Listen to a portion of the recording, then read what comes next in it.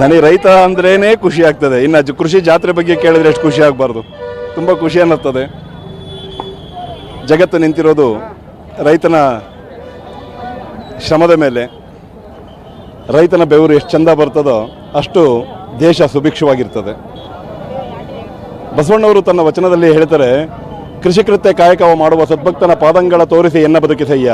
ಆತನ ತನು ಶುದ್ಧ, ಮನಶುದ್ಧ, ಭಾವಶುದ್ಧ. ಆತನ ಮನವಿಗೆ ಹೋಗಿ ಲಿಂಗ ಪೂಜೆ ಕೈಗೊಂಡ ಗುರುವಿನ ಜೀವನ ಪಾವನ ನೋಡ ನಮ್ಮ ಕೂಡಲ ಸಂಗಮ ದೇವ ಅಂತೇಳಿ ವಚನಕಾರರು ಹೇಳ್ತಾರೆ.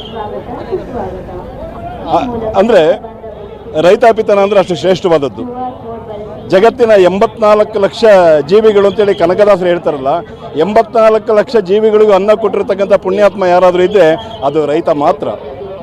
ಕುವೆಂಪು ಒಂದು ಕಡೆ ಬರೀತಾರೆ, ರಾಜ್ಯಗಳೆಳೆಯಲಿ ರಾಜ್ಯಗಳು ಉದಿಸಲಿ ಹಾರಲಿ ಗದ್ದಿಗೆ ಮುಕುಟಗಳು, ಮುತ್ತಿಗೆ ಹಾಕಲಿ ಸೈನಿಕರೆಲ್ಲ ಬಿತ್ತುಳುವುದುವ ಬಿಡುವುದೇ ಇಲ್ಲ, ನೇಗಿಲ ಕುಳದೊಳಗೆ ಅಡಗಿದೆ ಕರ್ಮ, ನೇಗಿಲ ಮೇಲೆಯೇ ನಿಂತಿದೆ ಧರ್ಮ ಅಂತೇಳಿ ಕುವೆಂಪುರವರು ಬರೀತಾರೆ. ಅಂದರೆ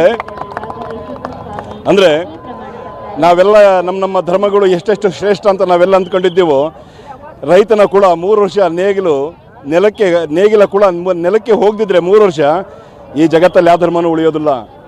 ರೈತ ಇರೋದಕ್ಕೆ ಜಗತ್ತು ಬದುಕಿರೋದು, ನಾವೆಲ್ಲ ಬದುಕಿರೋದು. ರೈತನ ಆಶೀರ್ವಾದ, ರೈತನ ಕರುಣೆಯಿಂದ ನಾವೆಲ್ಲ ಬದುಕ್ತಾ ಇದ್ದೀವಿ. ಅಂತಹ ಸಹಸ್ರಾರು ಪುಣ್ಯಾತ್ಮರ